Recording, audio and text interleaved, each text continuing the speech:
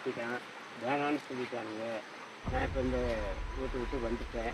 எனக்கும் பாதுகாப்புக்கு யாரும் இல்லை, சொந்த பந்தம் யாரும் இல்லை. இப்போ இந்த வழி தேடி இங்கேயே போய் வீடை மாற்றிக்கலாமான்னு வந்திருக்கேன்.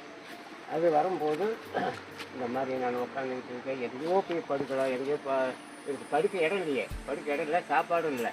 நான் யாருக்கு போய் சாப்பாடு கேட்குறது? பசங்க எப்படி படிக்கிட்டேன். அதனால நாங்கள் வந்து இந்த புலம்பிக்கிட்டு இருக்கிறேன். இந்த புலம்புக்கு பாதுகாப்பு யாருமே இல்லையே. நான் வந்து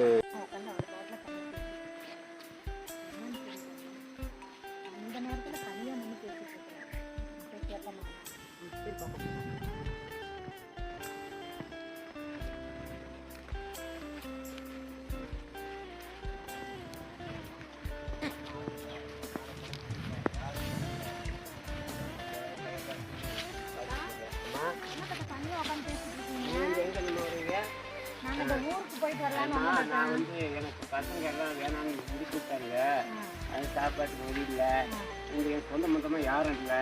அதனால போய் ஏதோ இந்த பக்கம் போய் இந்த புதக்காட்டு பக்கம் போய் பார்த்து வீடு போகட்டும் அப்படின்னு சொல்லி ஏதோ போகலாமான்னு சொல்லி உட்காந்துருக்கேன். அது வந்து நான் புடங்கிட்டு இருக்கிறேம்மா, யாரும் இல்லைம்மா. சாப்பாட்டுக்கு வழியில் படுக்க இடம் இல்லை. நான் எப்படி நான் போகிறது? இந்த ஆத்துமான எப்படி இருக்கிறது? அதனால நான் இப்படி புடங்கிட்டு இருக்கிறேம்மா. சரிம்மா. அப்பா, நீங்க எங்க அப்பா மாதிரி நீங்க ஒன்றும் புலம்ப வேண்டாம். நீங்க வாங்க, எங்க கூட வாங்க. நான் எதுக்குமா உங்களுக்கு பாருமா, எதுக்குமா நாங்கள் போய் நாங்கள் இப்படியே ஒரு இது பார்க்குறோம்மா.